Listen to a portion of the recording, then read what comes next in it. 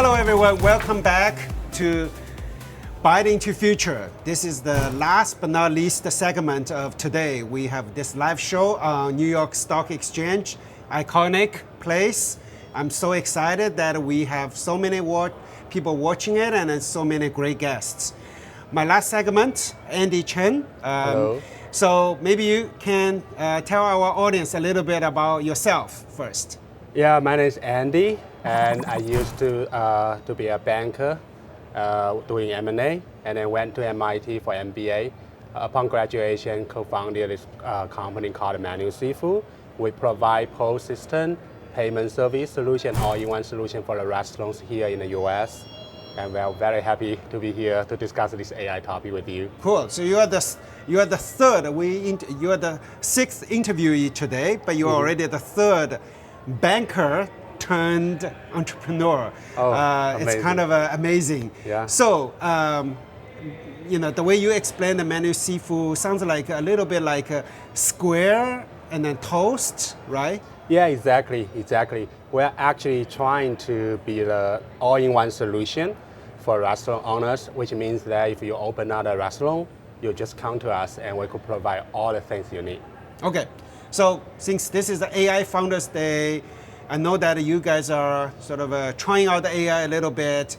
I just cut it right into it. At MenuSifu, right, this company doing toast or square for a certain ethnic group. What is your AI use cases? Yeah, we do have a very direct AI application scenario. In the US, we noticed that still a significant portion of people are still placing their orders through telephone. And nowadays, the wage inflation, everything, it's very difficult to find labor. But for the owners, they could still right now using current. What's the typical cost for such a, I call in and make order? What's the cost on average? Do you have an idea? I think if you hire a person to pick up the phone, it costs you like 4,000 at least US dollars a month. A month? A month. Okay. Yeah. So we try to, after the LLM things, we think that it's probably the right timing to use this technology to help the people pick up the phone, automatically replace these orders into our POS system so that they could, save some labors at least. And we have been trying that for like last 6 months and are doing beta testing now with 5 to 10 restaurants today. And we think the accuracy is kind of like acceptable, and we think probably in a few months it could commercialized and launch in the market. So those 5 or 10 restaurants, it's already true that today if I book something or if I want to order something, it already went into the AI bots. Yeah, right now we use a combination between AI and the BPO thing, because AI is still not 100% accurate, right? So you call the restaurants, it will automatically direct you to the AI bot, and if anything went wrong, automatically go to the BPO. So there is a human watching the conversation between bots and then the customer, right? Yeah. But hopefully after a few months, you're happy with it enough so that the conversation will just be there without human watching it. We don't expect that no human. Okay. Actually, there will be human in the loop for a while. But yeah. What will be the difference between the proof of concept you are doing today versus production deployment? It's about the percentage of AI involved. If I see. If in a market like BPO is a matured solution right now, and we're trying to increase the AI portion, and we think that if 90% of the AI things, we think it's a success. Got it. So basically the percentage. So for those 5 or 10 restaurants, roughly what percentage is automated from your point of view, automated by AI already? Right now it's about half, I think. Half. Yeah. And then, but you see that in a few months it can go to 90%? We hope so. That's pretty interesting. And then behind the scene, from your point of view, it's the GPT played a significant role, or? Yeah, LLM is very important because for the last version of chatbot, you have to go very well-defined scenario like banking system, and the people call, they are very patient because they need to call eventually to the bankers anyway. Right. But for the restaurants, you place an order. If the chatbot didn't recognize you for 1 minute or two, it's just left. So LLM very well address these questions. They have increased this, the experience significantly and much more efficient and accurate than the last So time. at what point do you think, majority of your customers will have majority of this, food ordering done by the AI bots? When, is that a year from now, 3 years from now? Well, what's your reasonable expectation here? We think probably within 3 years. 3 years. If everything goes really well on an upside scenario, probably 12 months. But you never know. You want it to be conservative. Yeah. Cool. Because, in terms of this execution thing, we wanted to make sure that, first of all, it should be very matured until it's scaled up. Yeah. Unlike like beta testing, you can always test, but when everyone uses it, you should be like very conservative about it. Cool. The other question I wanted to just switch the context a little bit. We talked about AI, how much it could help, right? You guys gone through pandemics, Right. What was it like? Like you were serving restaurants.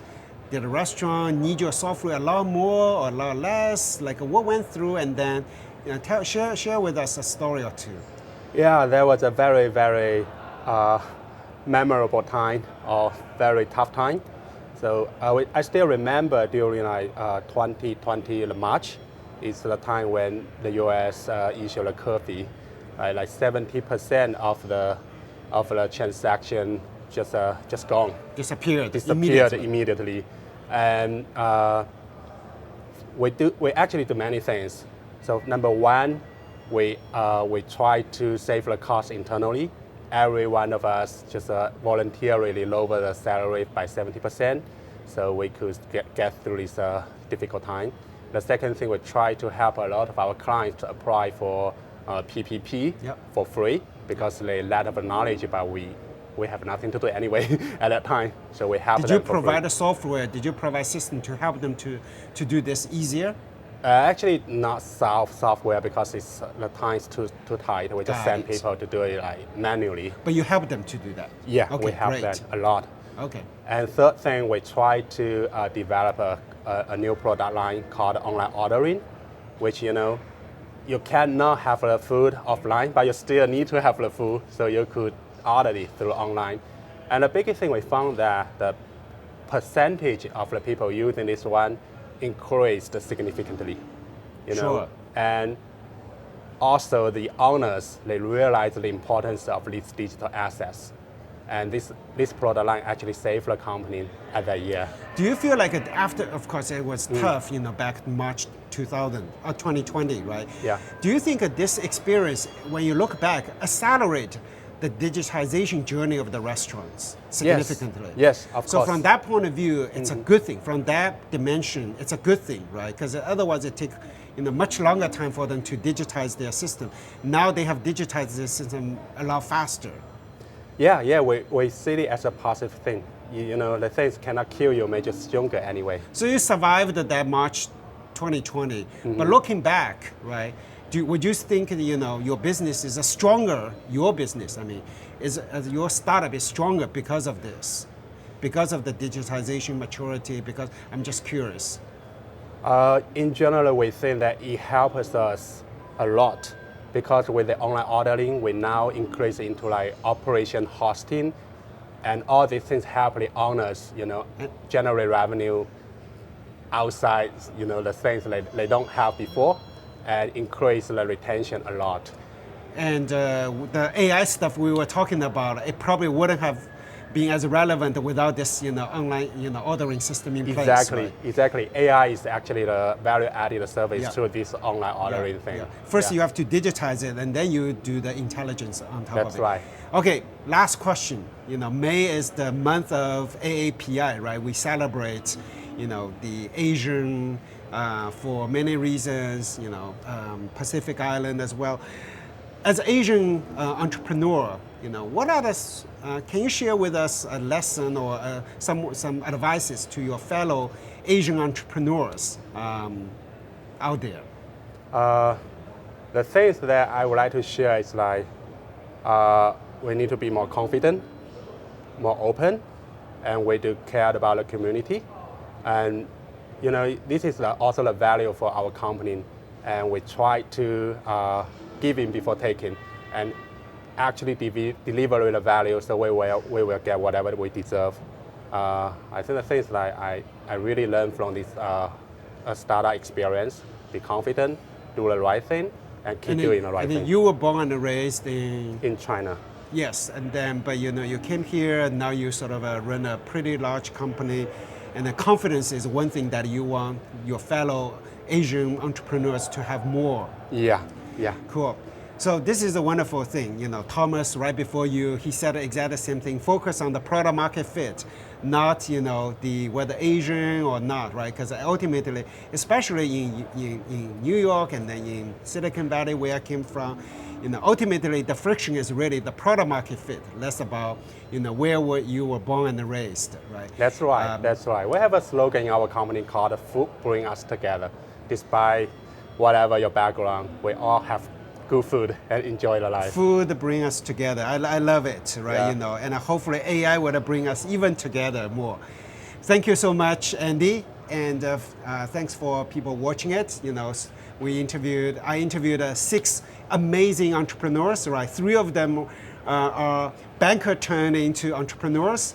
2 of them are Asian entrepreneurs, and all of them are founder, CEO of amazing companies. Hopefully, you learned something important, whether you are the Asian entrepreneur or not, right? Ultimately, it's about a product, delivering the value, right? Whether pandemics or not, hopefully, we can always survive and then thrive. Thank you for watching, and now, I can't wait to go to the happy hour after the bell closure. We'll see you next time.